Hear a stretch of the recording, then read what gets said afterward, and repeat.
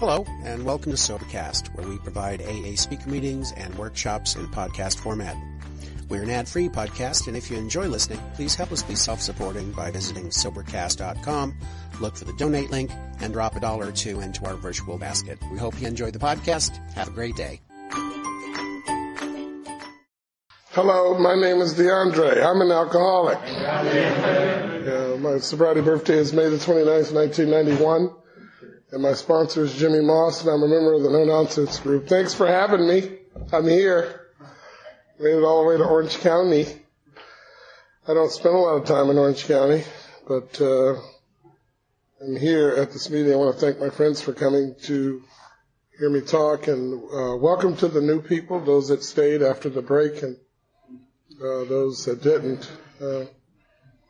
It's really good to be sober.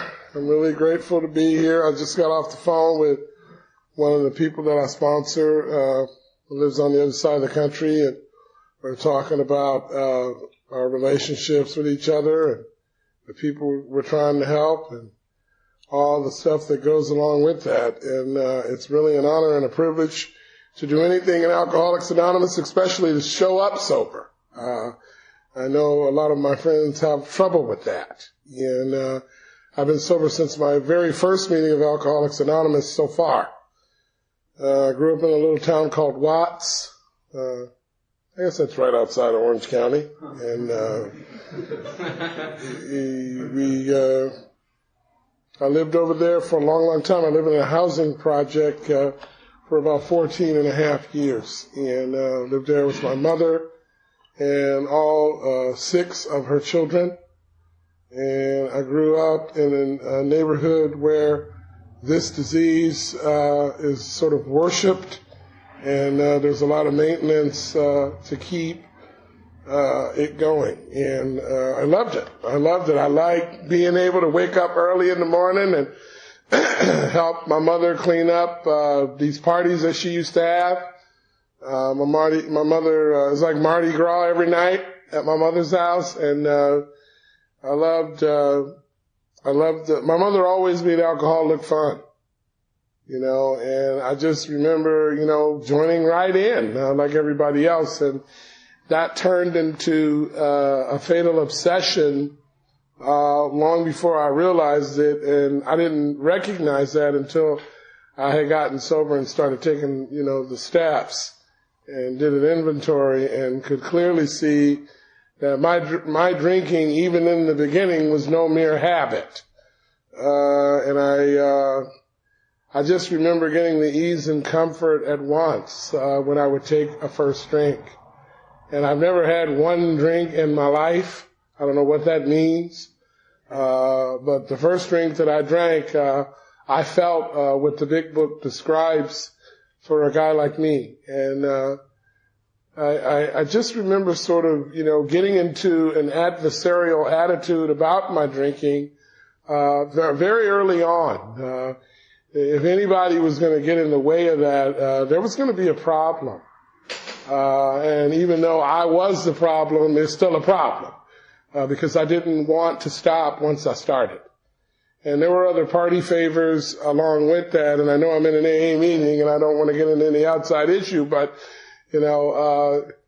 alcohol ceased to be a luxury, and it got real necessary for me to drink as time went on. And I just wound up being a really crazy person in between drinking. And if I got in a situation where I had to go somewhere or be somewhere or do something, I felt better having a little drinky poo before I went on down there. And that worked until, of course, like most of us here, I stopped showing up. I would make plan to go somewhere after a drink, and for some reason, I would forget where I was going, or I would say, what the hell, I don't need to go anyway. And the reason why that started becoming a real serious issue is because it started affecting other people. And what happened was I got really, really interested in a lot of different things when I was younger. And at one point, I was going to be a California highway patrolman. I was really interested in that. I was in the 10th, 11th, going into the 11th grade in high school, and I had told myself that was going to be my, profession.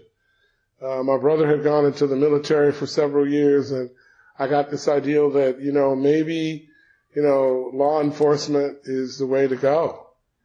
Problem with law enforcement, however, is you're not allowed to be loaded off your ass when you apply for it, these positions. And I never could get sober enough to, really give it my best shot as to try to be a CHP officer. I always wound up loaded, so that went away. And I didn't want to be a policeman anymore. I thought policemen were stupid. And I think that had a lot to do with my drinking and the way I was behaving and the trouble. I was getting into trouble. I remember when I first got sober, I had 3 jaywalking tickets when I got here because I had wound up living on 5th and San Julian in Skid Row. And I started selling my brother's clothing, and anything I could get my hands on to get loaded. My disease progressed very fast. And I went running right after it behind this obsession that controls my life. And I don't know that alcoholism is running the show. I think that I'm doing it because I'm the talker. I'm making all these decisions. And I don't realize that this disease has power in it. And so when I'm down on Skid Row and I'm hustling and trying to come up, for some reason I always, pretty much stay down. And my mother would rather not have me over at the house by this time. She had started locking me out. And instead of me thinking to myself, wow, I better really change what I'm doing. I make misery more acceptable in my head and in my life. So I started figuring if I can't get into the house, I need to learn how to live on the street. And that's what I did. And I loved living on the street. I don't have anything against it when I'm using and drinking and getting drunk. But sober, in recovery, I'm not very fond of that. But I grew accustomed to living on the street. I thought it was pretty cool. We didn't really call it being homeless. We called it camping. And what we would do is just hang out. And during the day, we would sleep.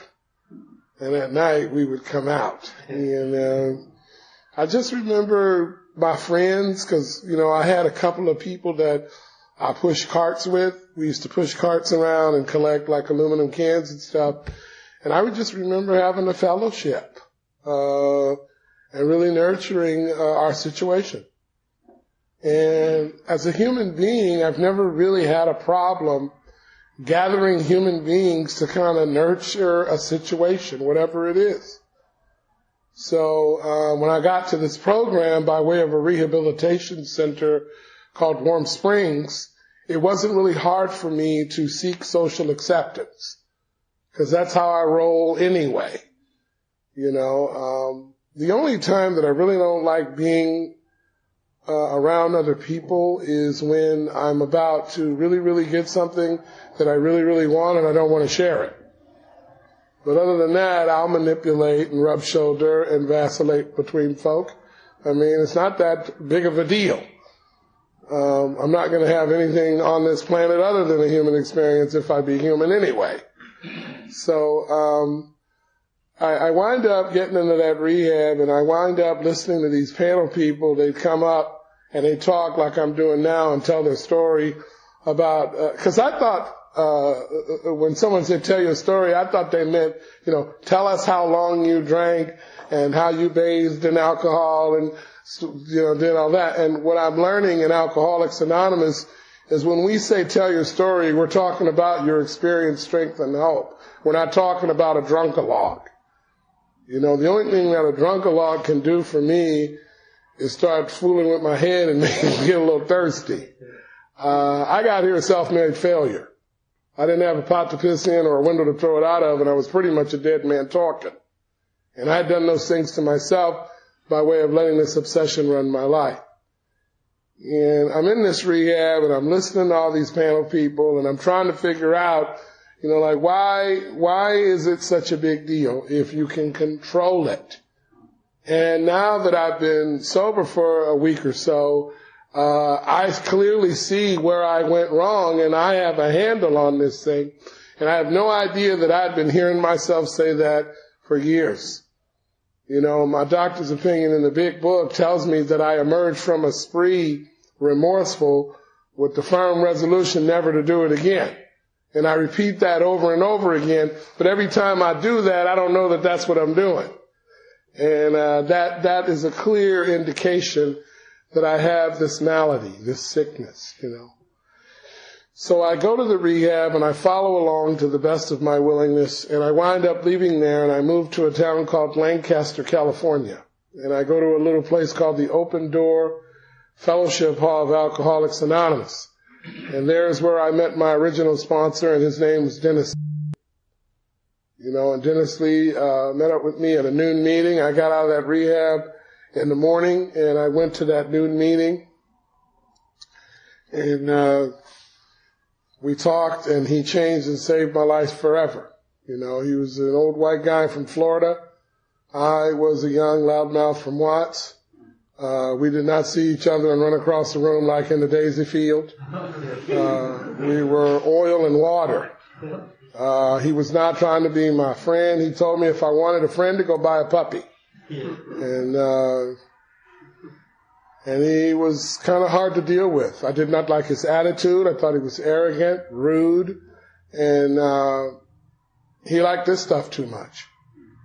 And what I found out through working with this man is that he knew more about that big book than I did, and he would read it with me, and we would do these little assignments together, and he made me buy a dictionary because he said I didn't know half the stuff I was talking about. And I went and got that book, and I went and got involved with that group. And he told me to do stuff, and I thought it was ridiculous. I thought it didn't make any sense. I thought it was for old people.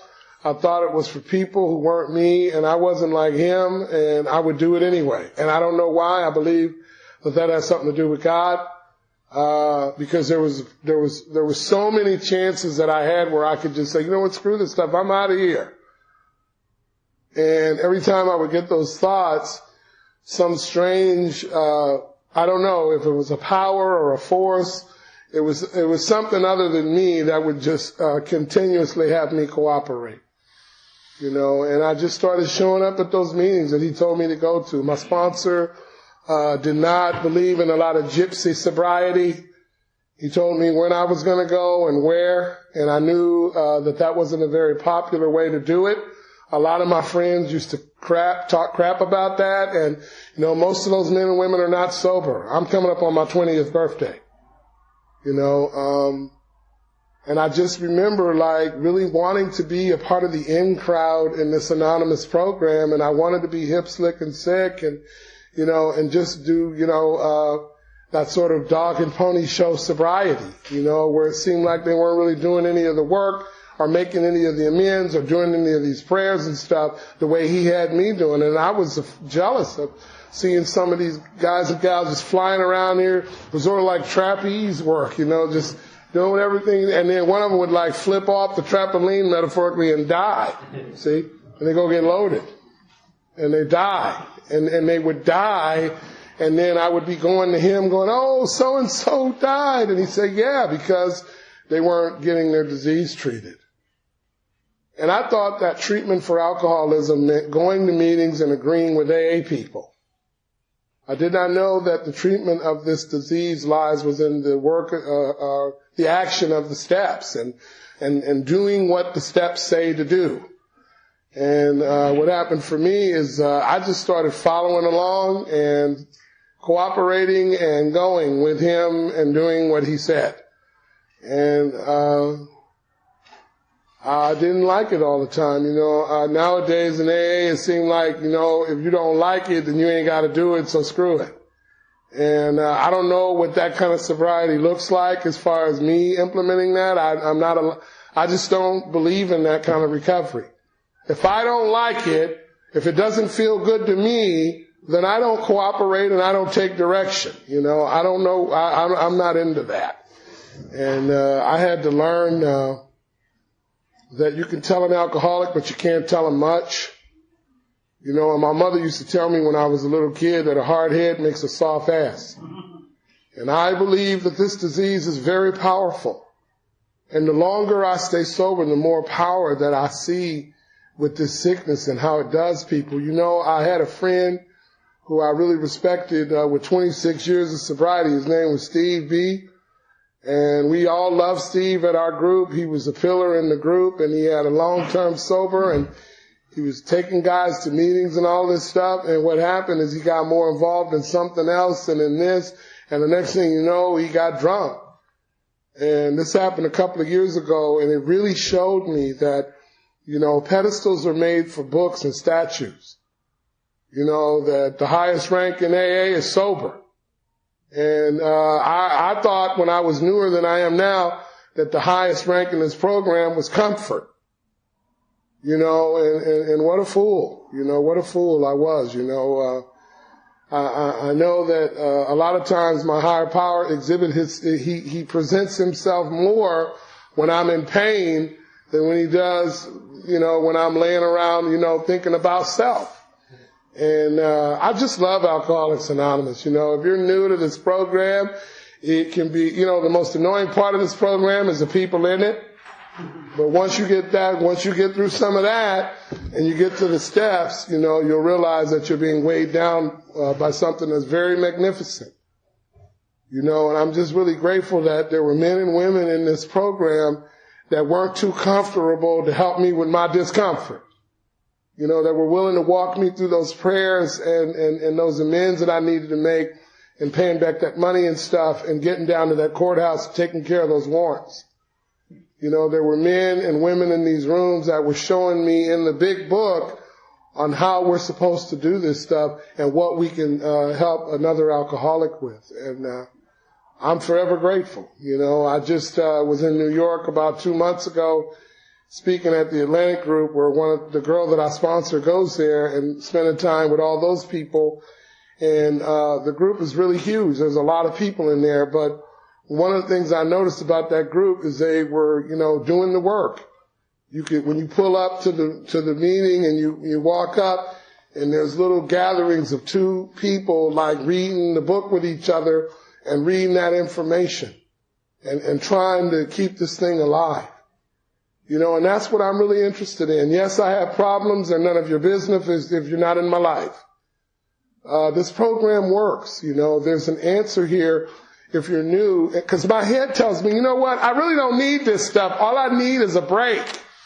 And once I get a break, I'll be fine. I need to, you know what I need to do? I need to go get a job. If I get a job, if I start working and get a job and go back to school, then I'm going to be fine. And I'm here to share that having a job and being in school is not a cure for this disease. Those are fine things to benefit your life. They benefit my life when I am a part of it. But those things don't take away this obsession that tells me how to get, be, and stay loaded. And I just remember walking through this pain with this guy about some of the stuff I was doing while I was sober. And I don't remember him telling me, you know what, eventually you're going to get to a point where all this stuff's going to be easy and all you got to do is just chill. He never told me that, ever. But my friends who never stayed here said things like that. That mythological aspect of Alcoholics Anonymous, in which once you get everything you want, then you don't have to worry about anything anybody else needs. Is crazy. And I don't believe that that's altruism. And that's not how I live. And I'm really grateful that I got taught this stuff. I used to live in Lancaster, like I said, for 12 years, and then I moved to Simi Valley, which in some aspects seems like the sister city of Orange County. It is very similar there. And I lived there, and it was awesome. I lived there for 6 months, and I used to go to this meeting hall called Unity Hall. And there were some old guys in there helped me and stuff, and it was really good. And I would leave the meeting and get pulled over by the police. And they would check my car and make sure that I was, doing what I was supposed to be doing, which is fine. I think everybody eventually has to go through that. And then I'd drive 2 blocks and get pulled over again. And same thing would happen and this and that. So eventually I did what I followed sponsored direction, and I moved again, and I've been living in Glendale for the past several years. I live in Glendale, right outside of Burbank, and I love that little town. It's very small, little, town, and very quiet, right next to Griffith Park, with the little animals and stuff. I feel like I'm snow black, I see the squirrels running by and all of that. And I'm not from that. That's not where I'm from. I'm from helicopters and hell, and that's, what I'm sharing is that I've changed. And what happened for me is you people. What happened for me was Alcoholics Anonymous. Not 19 years ago, today. So I got up this morning and I said those prayers. And I started talking to the people that choose to call me sponsor.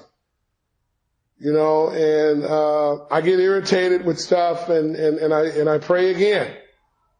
And I heard the speaker last night, or actually he was just sharing in this little book study we go to, and he was talking about, selfishness, and it really surprised me. There's a part in the book where it says, above everything else, we must be rid of this selfishness. We must, or it kills us.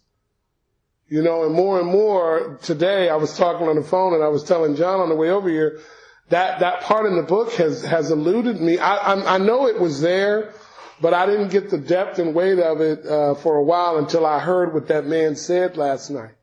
So basically, the way our co-founder wrote that is like, before all of the zooms and the whams and the relationship, before all of the things that I think that are so important, above all of that, I must be rid of this selfishness.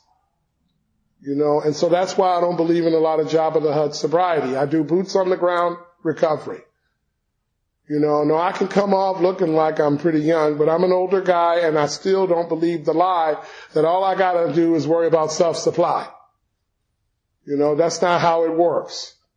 And when he said that, it just really started ringing in my head. It's like, above everything that I think that is so important, I must be rid of this selfishness. And then it talks about how God makes that possible. And there's no way for me to really get rid of self without his aid. And I'm just really grateful that in spite of where I think I want to be or whatever, that I keep my commitment and I show up for Alcoholics Anonymous. And I love this place. People don't love it like I do. See, I've accepted that today. People do not love this stuff the way I do it. Does that make me a pompous ass? I guess. I don't know. But people don't love this the way I do it. And, that's beautiful. I don't care. That sign says we care. And they're not talking about people who don't care. And part of the reason why I come and share in a general way, because just maybe somebody may fool around and get 19 years sober around here. And maybe they'll be able to help another man or woman walk through their fear. Because that's what I believe he did for me when I got here. And I'm just really grateful that I'm not sitting around in a room somewhere wondering when I'm going to get mine with almost 20 years of sobriety. In other words, I've been served and saved here, on a daily. And it's really hard to remember that sometimes because don't you know, I still got this lust. And it's not sexual all the time. A lot of it is just money, property, and prestige. I want as many toys as I think you got. And what I'm finding out in Alcoholics Anonymous is people who operate like that are a miserable lot. Worrying about what somebody else always got. I don't need to be doing that. And I go to my sponsor and I talk to him about the things that I think other people have got that I ain't getting. And all he does is smile at me and he says, keep serving this program. Keep serving this fellowship. Don't worry about that stuff. And that's one of the really sick things about living in those projects, and my friend Steve here can attest to it. When we live in that environment, it's like the most unhealthiest, craziest guy in the community riding around in the biggest, baddest, most blood money brought about vehicle is the guy that we're worshiping and looking at and trying to emulate. I got different types of heroes today in my life. I got men and women in my life who've walked through cancer, unborn children that should have been born, staying sober and working the steps. They told us a story one time when I was in a meeting about this guy that's doing life in prison with 25 years clean and sober, working the 12 steps. There's a power in this program that far exceeds, this ego trip that I get into about what I think I need. And I'm just really glad, if you're a newcomer, this is some of the most miserable stuff that you're ever going to feel at the beginning of. I mean, it's worse than a bad, I don't know. I can't say that because when I drank Jack Daniels, it did taste nasty, but I really liked the effect, And that's kind of how AA is, The big book talks about a successful consummation. Like, how do you successfully consume this stuff? And there's men and women around here that will help you, and I thought this was the stupidest thing I'd ever met and seen in my life, man. It looked like I call it a trailer park manager convention up there in Lancaster. It just seemed like these people were just sort of like hillbilly heaven. And, but one thing I noticed, when they knew that there was a new man or woman there, they surrounded them and tried to find out what they needed. And, I couldn't deny that. I saw that. And I saw guys coming in there that didn't have a watch or a way to go or no food or nothing. And I saw guys come in there. They didn't turn it into like a social program or a welfare office, but, they really tried to help these people. And I really thought that was pretty cool, And I don't know, they asked me to be the chairman of the Thanksgiving dinner at my home group. And I didn't want to do it. My sponsor manipulated the situation. But I wound up getting that commitment. And then I did it for a couple of years, and they tried to replace me, and I wouldn't let them. That's the kind of stuff that happens in Alcoholics Anonymous.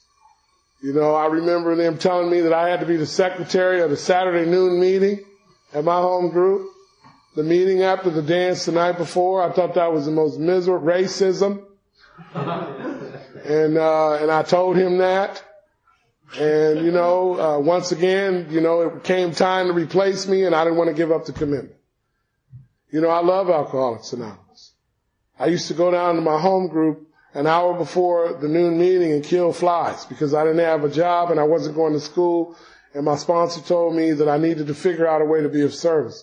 And one of the most annoying aspects of the open door during that time, was the heat and the flies. So I would go down there and I would become, I made my own commitment, fly killer. And I just killed flies and yelled at people when they would leave the damn door open.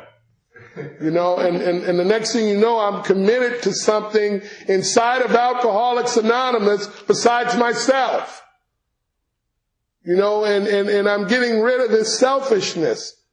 God is helping me because it's going to kill me. If I gotta constantly be the topic of discussion, we're having the wrong conversation. And I've learned that today in Alcoholics Anonymous. So if you're new, man, when we look at the big book and Bill Wilson is trying to, figure out what he's going to do after this light and stuff done came and all of this stuff happened to him. And he hops up out of that bed and he gets a little, time sober instead of, running and trying to, do the selfish things that we can do. He went to that administration in that hospital and asked about other alcoholics.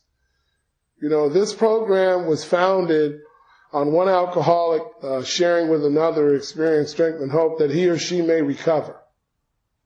And I went to New York, like I said, and I visited the last house that Bill Wilson lived in. And there's this old guy walking around there helping people that looked just like my original sponsor, explaining some of the history. And one of the things that he talks about on the 4th of July, when you see all these fireworks and stuff, we in AA can go ahead and take a deep breath and be grateful for Bill D. That's the day that he left the hospital, alcoholic number 3. And that's what those fireworks are really about. You know, and I thought that was pretty cool, you know. I think I'll add that to my share and not tell anybody where I learned it from. But I see. But it's true, man. It's like, you know, what a great thing, man. What a great thing for my mother to be proud of. Not me, but you. You guys. See? And it's just really weird. Like, I called my mother before and I was complaining about a bill or something. And the first words out of her mouth is, "You still going to those meetings, right?" And I say, "Yes." She said, "Good, I'll talk to you later." See, my mother has more respect for Alcoholics Anonymous than she's due me. You know, and I'm really grateful that, you know, this program is founded on these principles that, you know, don't have to die. You know, I can be a part of the maintenance team of Alcoholics Anonymous. And it really is very simple. I don't have to be a bleeding deacon, you know. But what I can do is look at my own experience with this program and see that you guys have been helping me ever since I got here. That since that first meeting, my life has been saved and changed. You know, that I have no business really talking bad about this place. That when somebody says, "We want you to come and speak," my response should be when and where, not how and why. And I'm just that kind of a guy. You know, they used to say there were go-to guys in Alcoholics Anonymous. There's men around here, you just go up to them and tell them what AA needs, and they just go, you know, "What's up? What do I got to do?" And I'm involved in a home group that's very similar to that, and a lot of my friends don't have a whole lot of time sober. You know, but yes, it's a running theme in our group, particularly when folk are leaving talking about no. That's when we really get to show how we really grow. And I'm just grateful that that's stuff that I know. I've experienced that. I see it. And I want to be a part of that. You know, in the big book, it also talks about we get to a place where we start craving a certain type of fellowship. Like we get the fellowship that we crave. You know, and a lot of times I don't know what my cravings are. You know, I'm crazy. I want some chicken. Next thing you know, I'm eating barbecue ribs. I don't know. But when it comes to Alcoholics Anonymous, I really do crave the solution. And I remember being out there like really wanting to really stop, but not really knowing how. Plus all my friends kept getting loaded. So I said, what's the use? I might as well get loaded too. And I don't know how to really stop. And in AA, it's like, you know, I was in with the in crowd. I used to be one of those dance promoters for AA and all of that stuff. But what happened is I started feeling empty while sober. And I wasn't working the steps. And I was running around, you know, doing all this party time AA. And my friend Steve Lamb calls it activity. Those aren't the actions. You know, the actions are like saying those prayers and finding out who I owe amends to based on an inventory that me and my sponsor read together, and I see these defects that I got to ask my higher power to remove from me. Those are the actions. You know, but my ego says, no, we got to, you know, let's party, you know, and if you're new and you're coming to AA and you're still talking about where to party at, you're missing an opportunity. And that's not to say that we don't have fun, but that was not the first thing on my mind when I got here. Okay, now that I'm here, now that I've sold all my clothes, now that I'm a homeless tramp and a bum, where to party at? You know, that's just not what I was doing. And, you know, today in Alcoholics Anonymous, I'm more concerned about these new people finding a real answer. Because I believe that my nephew is going to have to come here if he doesn't get killed first. And I want him to find here what you men and women showed me when I got here. You know, and I do not share against dances and bean pie sale AA. But a lot of that stuff, it just doesn't work for me.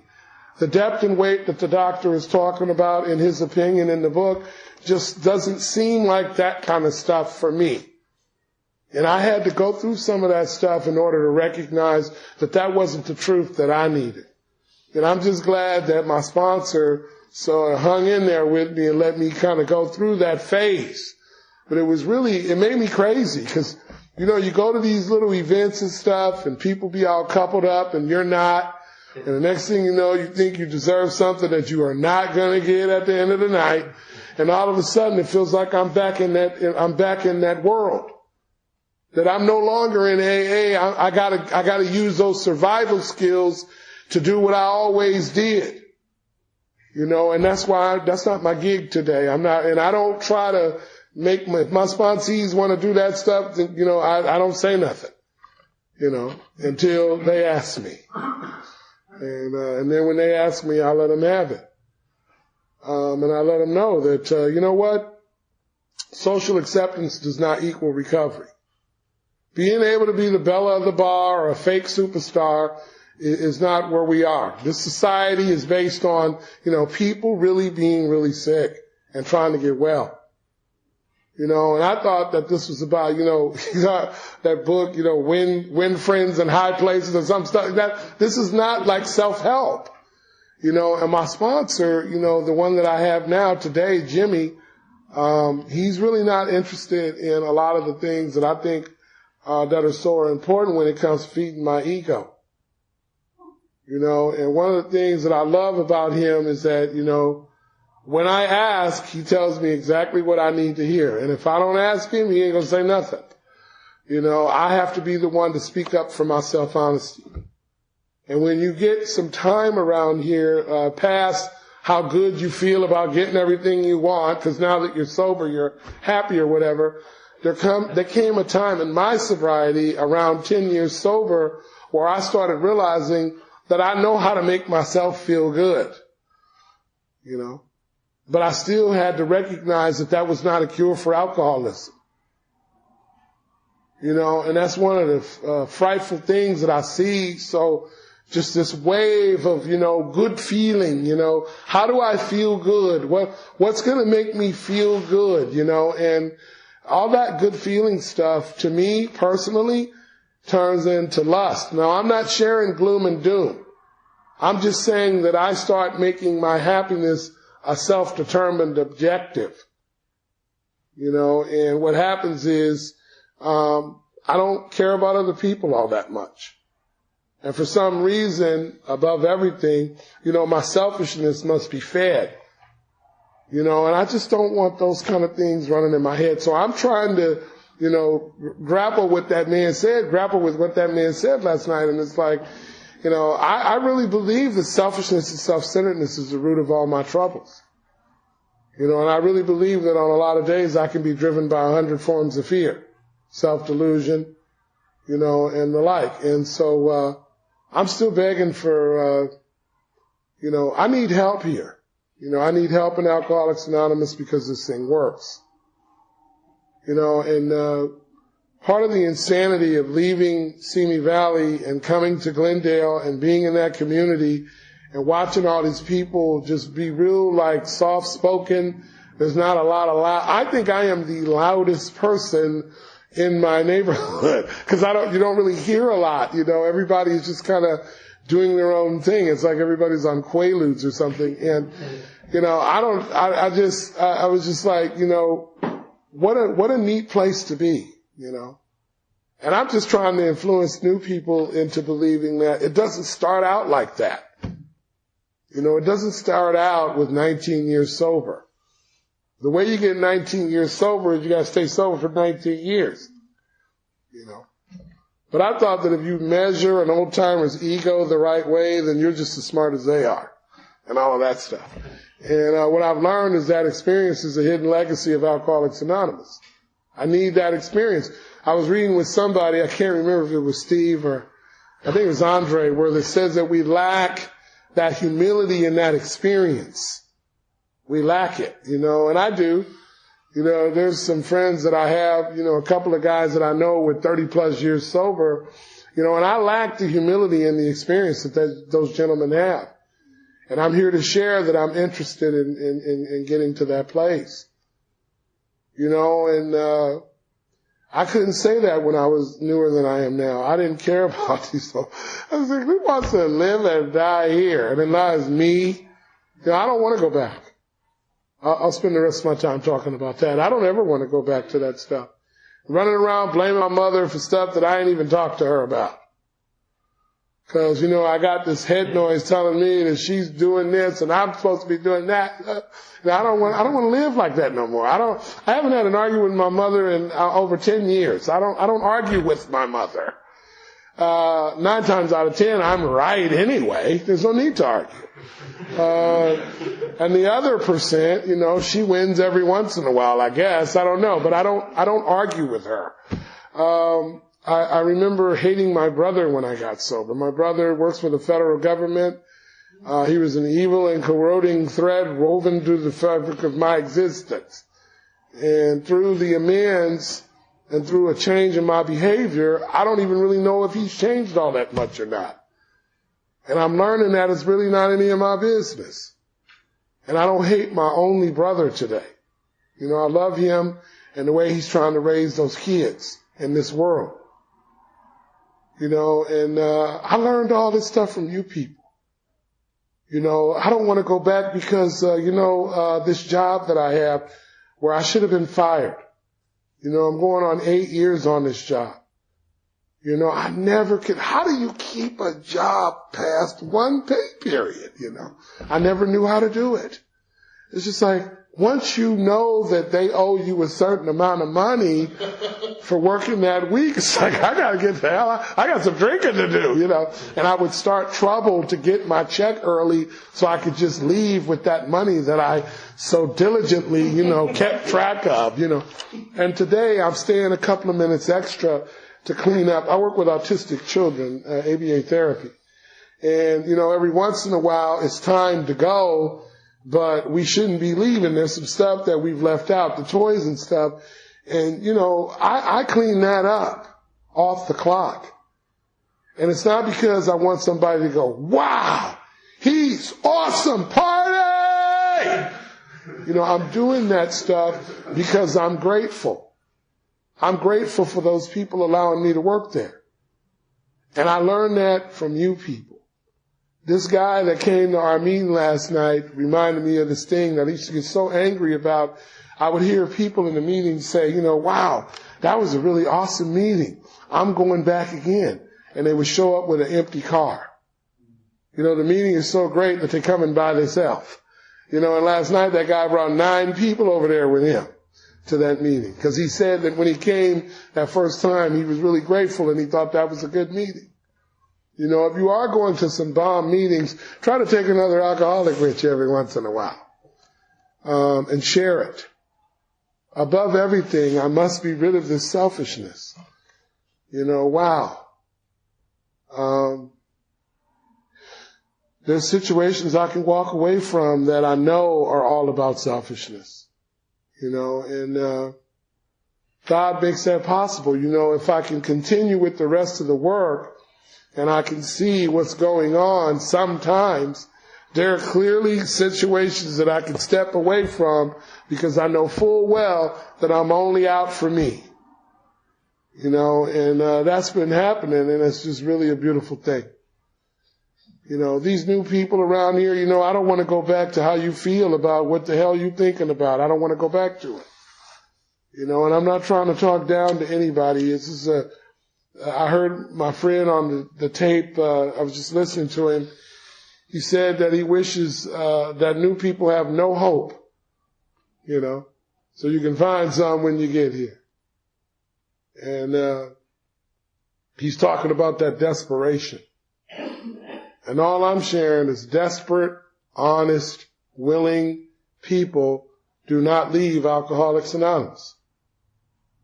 You know, dishonest, arrogant, pompous, selfish people never do well here.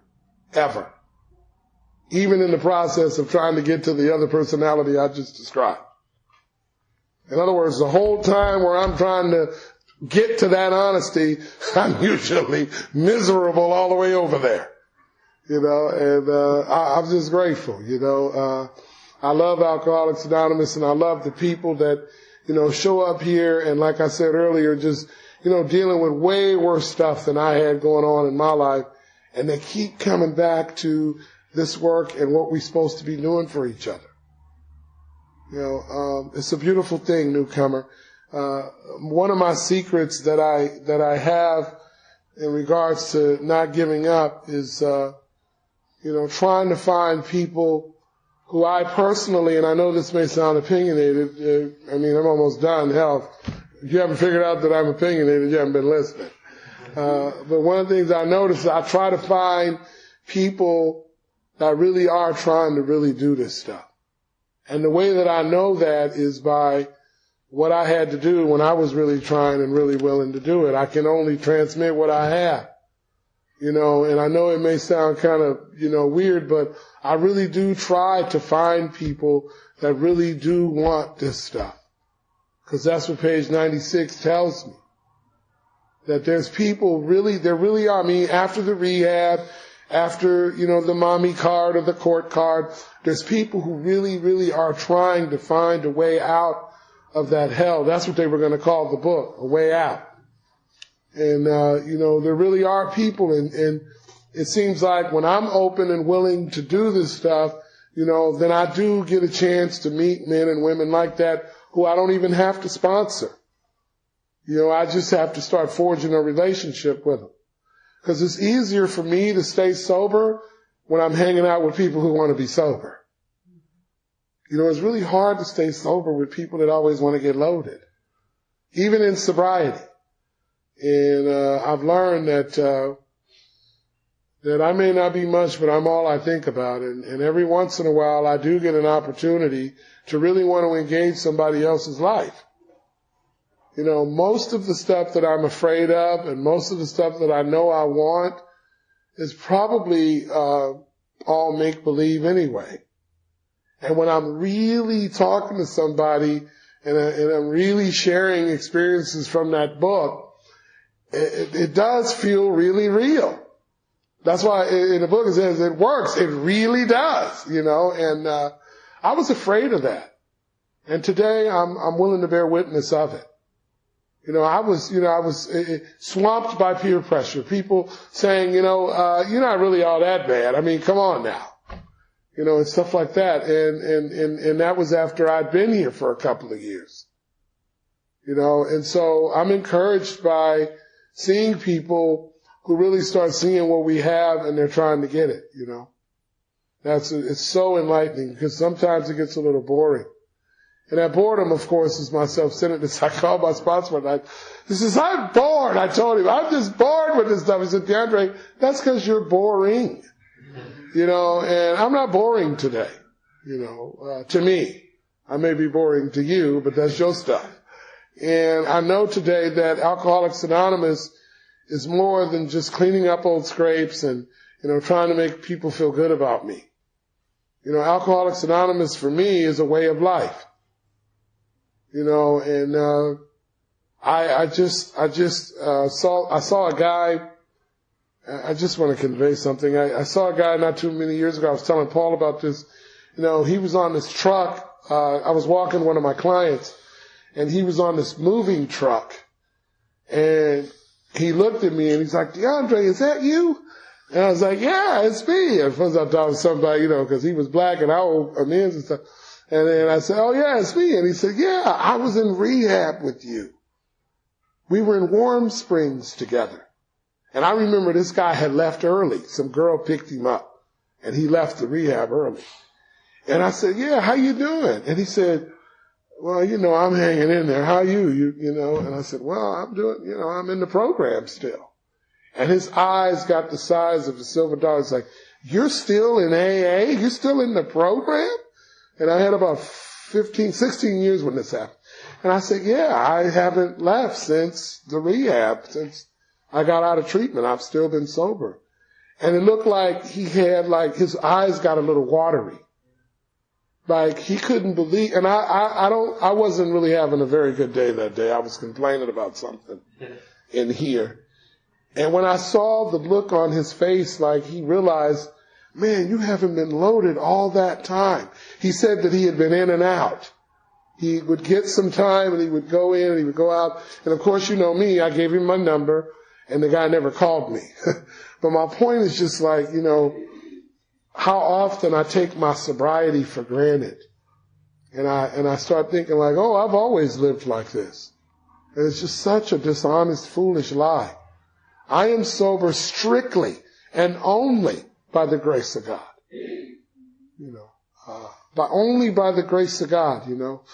Do I stand here? I was talking to my friend today. He'll be 3 years in December, and he left out that room. It dawned on me. He's like, wow, that's really long for him. You know, I see that in other people today. You know, this is really cool. You know, they used to call it dipsomania.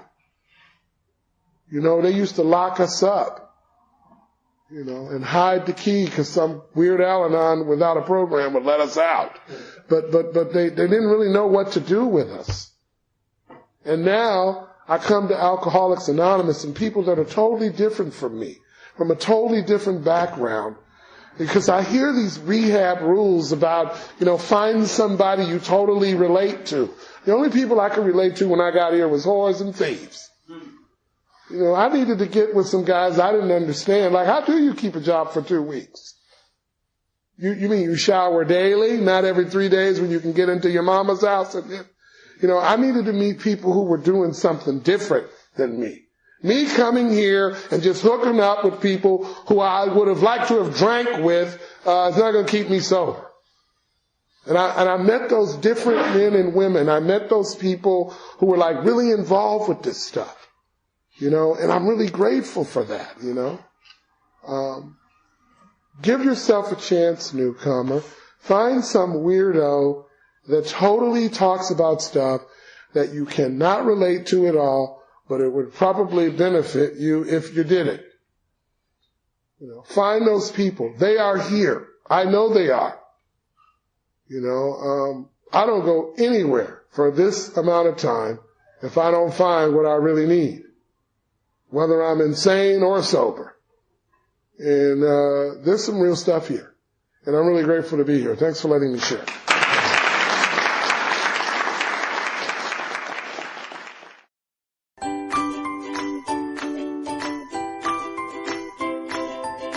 Thanks for listening. I hope you enjoyed the podcast. Sobercast is ad-free, and we'd like your help in order to keep it that way. So if you'd like to help us be self-supporting by pledging $1 or $2 a month, visit Sobercast.com and look for the donate links. Thank you very much.